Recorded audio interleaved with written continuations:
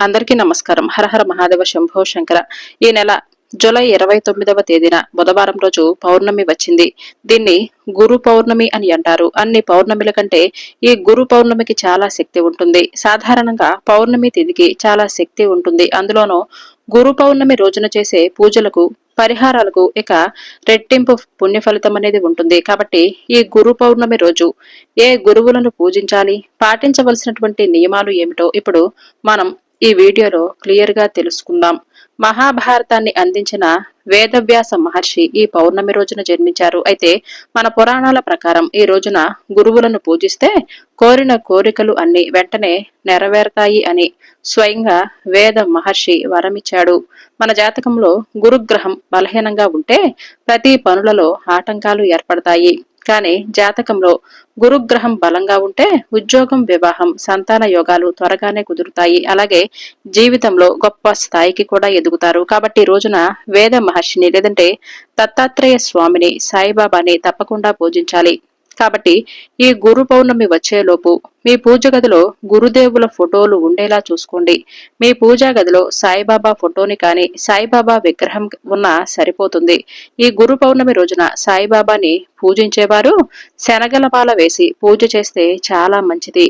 గుగ్గిళ్లు గురుగ్రహానికి అత్యంత ప్రీతికరమైనవి. కాబట్టి ముందుగానే శనగలను సిద్ధం చేసుకొని పెట్టుకోండి. ఈ గురు పౌర్ణమి రోజున ఉదయాన్నే శనగలను నానబెట్టి పసుపు దారంతో 108 శనగలను మాలలాగా గుచ్చి సాయిబాబా పటానికి వేసి పూజ చేసుకోవాలి. మీ జాతకంలో ఉన్న తీవ్రమైన గురుదోషాలు, అడ్డంకులు తొలగిపోయి అలాగే ఉద్యోగంలో ఎదుగుదల రావాల్సిన ధనం చేతికి అందటం, కోరిన కోరికలు నెరవేరటం, సంతాన ప్రాప్తి మరియు పెళ్లి కాని వారికి శీఘ్ర వివాహం జరుగుతుంది. అలాగే పూజలో సాయిబాబాకి నైవేద్యంగా కొన్ని శనగలు, పాలతో చేసిన స్వీట్లు నివేదించాలి. గురు పౌర్ణమి రోజున ఇంట్లో దీపారాధన చేసేటప్పుడు పసుపు ఒత్తులతో దీపాన్ని వెలిగించాలి. పసుపు నీటిలో ఒత్తులను నానబెట్టి ఆ ఒత్తులు తడి లేకుండా ఆరబెట్టి దీపాన్ని వెలిగించండి. గురు పౌర్ణమి రోజున పసుపు ఒత్తులతో దీపారాధన చేస్తే చాలా మంచిది. మీ ఇంట్లో చిన్నపిల్లలు ఉంటే ఈ పౌర్ణమి రోజున మీ పిల్లలకు గంధం బొట్లు పెట్టండి. జ్ఞాపక శక్తి బాగా పెరిగిపోతుంది. చదువులో మీరు ముందు ఉంటారు.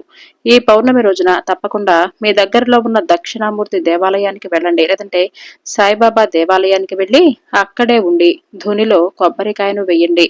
సకల పాపాలన్నీ తొలగిపోయి అష్టైశ్వర్యాలు చేకూరుతాయి.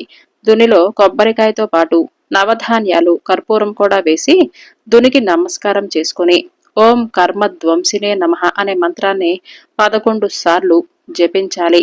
ఈ పౌర్ణమి రోజున ఉదయాన్నే తలస్నానం చేసి పసుపు రంగు వస్త్రాలు ధరించాలి. అలాగే పసుపు రంగు పుష్పాలతోనే సాయిబాబాను పూజించాలి.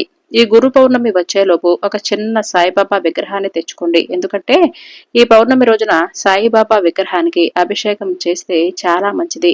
ఆవు పాలతో సాయిబాబాని అభిషేకిస్తే మీ కుటుంబంలో ఆయుర ఆరోగ్యాలు, సంతాన వృద్ధి కలుగుతాయి. అలాగే చెరుకు రసంతో అభిషేకం చేస్తే దారిద్ర్య బాధలు తొలగిపోయి ఆకస్మిక ధనలాభం చేకూరుతుంది. ఇక పసుపు నీటిలో అభిషేకం చేస్తే సకల పాపాలు నశించి గృహంలో లక్ష్మీదేవి స్థిర నివాసం ఉంటుంది. ఇక ఎవరైతే విపరీతమైనటువంటి అప్పుల సమస్యలతో బాధపడుతున్నారో అలాంటి వారు ఈ గురు పౌర్ణమి రోజున 5 పసుపు కొమ్ములను తెచ్చుకొని మీ పూజ గదిలో పెట్టుకోండి. పూజ పూర్తయిన తర్వాత ఈ పసుపు కొమ్ములను తీసి మీ లాకర్లో పెట్టుకోండి. ఈ పౌర్ణమి రోజున ప్రతి ఒక్కరూ గురువుల ఆశీర్వాదాన్ని తీసుకోవాలి. కాబట్టి దేవాలయంలో ఉన్న పంతులు గారికి దక్షిణ తాంబూలాలు ఇచ్చి పాదాలకు నమస్కారం చేసుకోండి. అలాగే బ్రాహ్మణులకు పసుపు రంగు వస్త్రాలను దానం చేస్తే అఖండ రాజయోగం కలుగుతుంది. ఈ గురు పౌర్ణమి రోజున బ్రాహ్మణుల ఆశీర్వాదం తీసుకుంటే చాలా మంచిది. అలాగే ఈ పౌర్ణమి రోజున గురు దేవాలయానికి వెళ్లేవారు శనగల మాలను తీసుకుని వెళ్లి దత్తాత్రేయుడు మెడలో కానీ సాయిబాబా మెడలో కానీ వేయండి.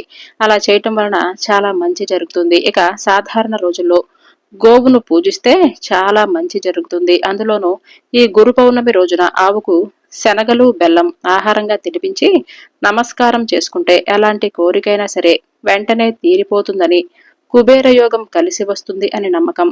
అలాగే ఈ గురు పౌర్ణమి రోజున ఏది చేసినా చేయకపోయినా మీ ఇంట్లో ఉన్న తల్లిదండ్రులు లేదంటే అత్తమామల పాదాలకు నమస్కారం చేసుకుని ఆశీర్వాదం తీసుకోండి. ఆయుర ఆరోగ్యాలు, దీర్ఘ సౌభాగ్యం లభిస్తాయి. ఈ గురు పౌర్ణమి రోజున ఇంట్లో పూజ చేసేటప్పుడు పసుపు రాసిన దారాన్ని పూజలో పెట్టి పూజ పూర్తయిన తర్వాత మీ కుడి చేతికి కట్టుకోండి. దిష్టి దోషాలు వెంటనే తొలగిపోయి అదృష్టం కలుగుతుంది. అలాగే ఈ పౌర్ణమి రోజున తప్పకుండా ఇంటి గుమ్మానికి మామిడి తోరణాలు కట్టుకోండి.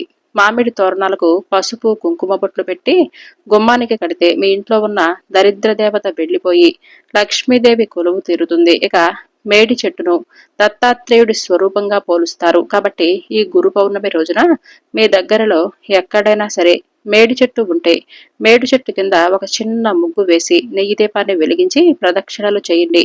మీరు అనుభవిస్తున్న కటిక పేదరికం వెంటనే తొలగిపోయి అదృష్టం ఐశ్వర్యం కలిసి వస్తుంది. ఇక కుటుంబంలో భార్యాభర్తల మధ్య గొడవలు ఉన్నవారు ఈ గురు పౌర్ణమి రోజున ఇంట్లో పూజ చేసి ఈ మంత్రాన్ని జపించండి.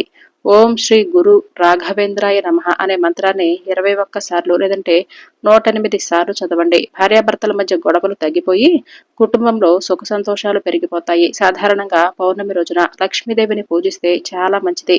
కాబట్టి పౌర్ణమి రోజున గురువులతో పాటు లక్ష్మీదేవిని కూడా తప్పకుండా పూజించండి.